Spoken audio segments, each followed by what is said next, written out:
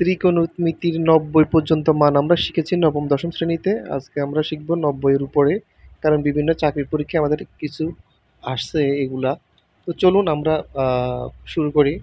আমরা পাশের একটা চিত্র লক্ষ্য করি, ১৮০ থেকে ৩৬০, এটি হচ্ছে নর্মাল চিত্র। ৯০ থেকে ২৭০, প্রথম অংশ হচ্ছে সবগুলো প্লাস, সেকেন্ড অংশে আছে সাইন এবং কোসেক, তারপর থার্ড অংশে আছে টেন এবং কট, এরপরে ফোর্থ অংশে আছে কস এবং সেক।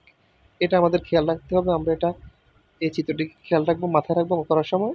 ৯০ ডিগ্রি প্লাস মাইনাস এবং ২৭০ ডিগ্রি প্লাস মাইনাস বের করার ক্ষেত্রে আমাদের এগুলো খেয়াল রাখতে হবে যে সাইন থিটা থাকলে হয়ে যাবে কস থিটা, টেন থিটা থাকলে হয়ে যাবে কট থিটা, আর সেক থিটা থাকলে হয়ে যাবে কসেক থিটা। ১৮০ ডিগ্রি এবং ৩৬০ ডিগ্রি এর ক্ষেত্রে কোনো পরিবর্তন হবে না। ৯০ ডিগ্রি প্লাস মাইনাস এবং ২৭০ ডিগ্রি প্লাস মাইনাসের ক্ষেত্রে পরিবর্তন হবে। সাইন থিটা হলে কস থিটা, টেন থিটা হলে কট থিটা, সেক থিটা হলে কসেক থিটা। কিন্তু ১৮০ ডিগ্রি এবং ৩৬০ ডিগ্রির ক্ষেত্রে মানের কোনো পরিবর্তন হবে, চেঞ্জ হবে না, পরিবর্তন হবে না। এখন আমরা করব কস ১২০ ডিগ্রি এর মান কত।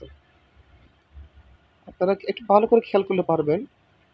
আমরা লিখব কস ১২০ ডিগ্রি, আমরা লিখতে পারি ৯০ থেকে ৯০ এর সাথে যদি আমরা ৩০ যোগ করি ১২০ হবে, অথবা ১৮০ থেকে আমরা যদি কি করি ৬০ বিয়োগ করি, সেক্ষেত্রে আমাদের ১২০ ডিগ্রি। তাহলে আমরা লিখব ৯০ থেকে শুরু করি আমরা, ৯০ ডিগ্রি প্লাস ৩০ ডিগ্রি,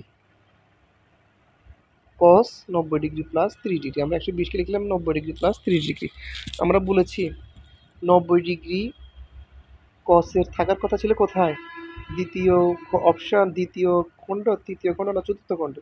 কসের অপশান থাকার কথা ছিল, খেয়াল করে দেখুন। কসের অঙ্ক করতেছি কিন্তু আমরা, কসের অপশান থাকার কথা ছিল,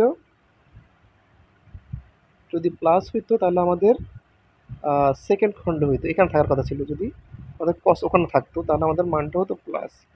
এখন কস কিন্তু কসের জায়গায় নাই। ৯০ ডিগ্রি প্লাস ৩০ ডিগ্রি কি উপরে না চতুর্থ অংশে? ৯০ ডিগ্রি প্লাস ৩০ ডিগ্রি উপরে, কিন্তু কস হচ্ছে আমাদের চতুর্থ অংশে, তার মানে কস কসের জায়গায় নাই, সেক্ষেত্রে আমাদের হয়ে যাবে মাইনাস। আর ৯০ ডিগ্রির ক্ষেত্রে আমরা বলেছি ৯০ ডিগ্রি প্লাস বা ২৭০ ডিগ্রি প্লাসের ক্ষেত্রে হয়ে যাবে পরিবর্তন। সাইন থিটা হবে কস থিটা, টেন থিটা হবে কস থিটা। ঠিক তদ্রূপ কস থিটা হয়ে যাবে সাইন থিটা, কট থিটা হবে ট্যান থিটা, কসেক থিটা হবে সেক থিটা। তো আমরা মাইনাস দিলাম কোত্থেকে, বুঝতে পেরেছেন? এখন ৯০ ডিগ্রি এবং কস থিটার পরিবর্তে এসেছে, যেহেতু ৯০ ডিগ্রি প্লাস মাইনাস থাকলে চেঞ্জ হয়ে যাবে, ৯০ ডিগ্রি এবং কস থিটার পরিবর্তে এসেছে সাইন।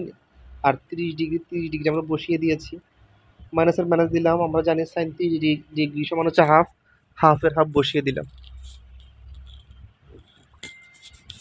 আশা করি বুঝতে পেরেছেন। ৯০ ডিগ্রি প্লাস দিয়ে আমরা করেছি, ১২০ মিলিয়েছি। এখন আমরা ১৮০ ডিগ্রি থেকে করব, দেখি। ১৮০ ডিগ্রি সমান কস ১২০ ডিগ্রিকে আমরা এখন করব ১৮০ ডিগ্রি থেকে। ১২০ ডিগ্রি মিলাতে গেলে আমাদের ১৮০ ডিগ্রি বিয়োগ ৬০ দিতে হবে, তাহলে আমাদের ১২০ ডিগ্রিটা মিলেছে। কেমন? এখন খেয়াল করে দেখুন, কস মাইনাস হবে না প্লাস হবে? কস অবশ্যই মাইনাস হবে, কারণ দ্বিতীয় অংশে কস নাই। তাহলে মাইনাস, মাইনাস চিহ্ন হবে এই কারণে। আর আমরা বলেছি ১৮০ ডিগ্রি ও ৩৬০ ডিগ্রির ক্ষেত্রে কোনো পরিবর্তন হবে না। কস হলে সেক, সেক হলে কসেক হবে না। ১৮০ ডিগ্রি এবং ৩৬০ ডিগ্রির ক্ষেত্রে কোনো পরিবর্তন নাই, শুধু চিহ্নটা পরিবর্তন হয়েছে, কারণ কস ছিল চতুর্থ খণ্ডে আর এখন হিসাব হচ্ছে আমাদের দ্বিতীয় খণ্ডে, ধরো চিহ্ন এবং মাইনাস। কস ১৮০ ডিগ্রি পরিবর্তন হবে না, সেটা কস থেকে যাবে। আর ৬০ ডিগ্রির আমরা ৬০ ডিগ্রি লিখব। তো সমান চিহ্ন যেভাবে আছে সেভাবে বসবে। কস ৬০ ডিগ্রি সমান আমরা জানি হাফ, এটি হচ্ছে আনসার। এভাবে অন্যান্যগুলোরও মান বের করা সম্ভব। অন্যান্যগুলো আমরা মান বের করব। সকলকে ধন্যবাদ।